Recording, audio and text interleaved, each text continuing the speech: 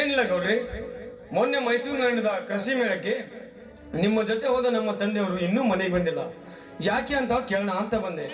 ಅಯ್ಯೋ ಪಾಪ, ಇನ್ನೂ ಬಂದಿಲ್ಲವೇ? ಹಾ, ಆ ಕೃಷಿ ಮೇಳಕ್ಕೆ ನಾವಿಬ್ಬರು ಓದಿದ್ದಂತೂ ನಿಜ. ಸಮಾವೇಶ ಮುಗಿದ ತಕ್ಷಣ ನಾನು ಕೃಷಿ ಸಚಿವರ ಹತ್ರ ಹೋಗಿ ಬರ್ತೀನಿ ಅಂತ ನನ್ನ ಹತ್ರ ಹೇಳೋದ. ನಾನವತ್ತ ಇಲ್ಲಿಗೆ ಬಂದ್ಬಿಟ್ಟೆ. ಆದ್ರೆ ಮುಂದಿದ್ದೇನಾಯ್ತು ನನಗೆ ಗೊತ್ತಿಲ್ಲ. ಕಪಾಲಿ, ಬೇಗನೆ ಸಚಿವರಿಗೆ ಫೋನ್ ಹಚ್ಚಿ ತಿಳ್ಕೊರಪ್ಪ.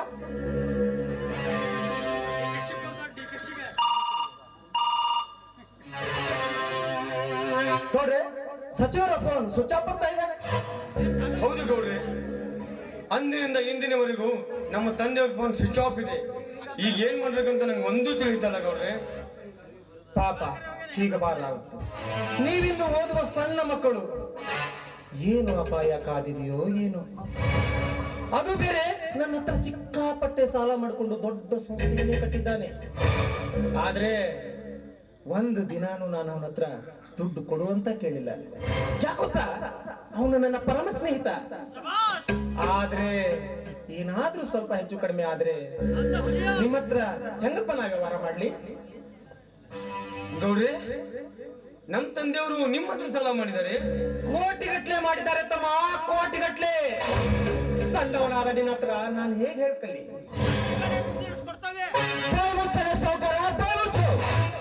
ಅರಿಯದ ಹುಡುಗನ ಮುಂದೆ ಇಂಥ ಹಿರಿದಾದ ಮಾತನ್ನು ಯಾರ ಮನೆ ಸ್ಮಶಾನ ಮಾಡ್ಬೇಕಂತದೆಯೋ ಬಡವ.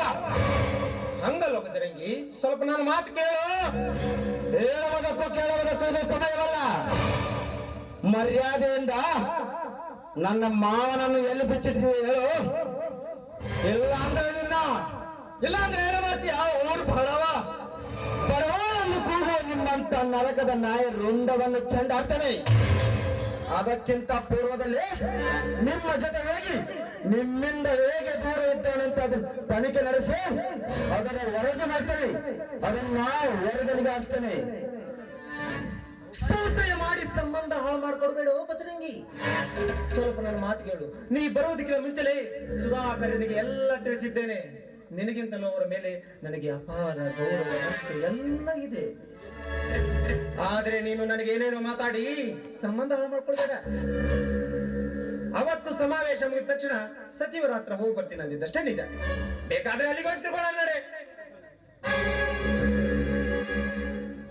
ಸುಧಾಕರ್, ಅನೇಕ ವರ್ಷಗಳಿಂದ ನಿಮ್ಮ ತಂದೆಯವರ ಸ್ನೇಹ ನಮ್ಮ ಗೌರ ಜೊತೆ ಇದ್ದಿದ್ದು ನಿಮಗೆಲ್ಲ ಚೆನ್ನಾಗೇ ಗೊತ್ತಿದೆ. ಅಷ್ಟೇ ಅಲ್ಲ, ನಿಮಗೆಲ್ಲ ಎತ್ತಿ ಆಡಿಸಿದ್ದಾರೆ. ಅದ್ರ ಮೇಲೆ ನಂಬಿಕೆ ಅಲ್ಲವೇ ನಿಮಗೆ? ಅದಂತೂ ನಿಜ. ಆದ್ರೆ ಮಾವ, ಈಗೇನ್ ಮಾಡೋದು? ಕೃಷಿ ಸಚಿವರ ಜೊತೆ ಹೋಗಿ ಸಂಪೂರ್ಣ ಮಾಹಿತಿಯನ್ನು ತಿಳಿದುಕೊಳ್ಳೋಣ. ಅವರಲ್ಲಿ ಏನಾದರೂ ವ್ಯತ್ಯಾಸ ಕಂಡು ಬಂದರೆ ಈ ಬೆಟ್ಟಪ್ಪನ ಅಹಂಕಾರವನ್ನು ಉಳಿಸಿ ಇವನನ್ನು ಇಲ್ಲೇ ಜೀವಂತ ಸಮಾಧಿ ಮಾಡಿಬಿಡೋಣ. ಸುಧಾಕರ್, ಬನ್ನಿ ಹೋಗೋಣ.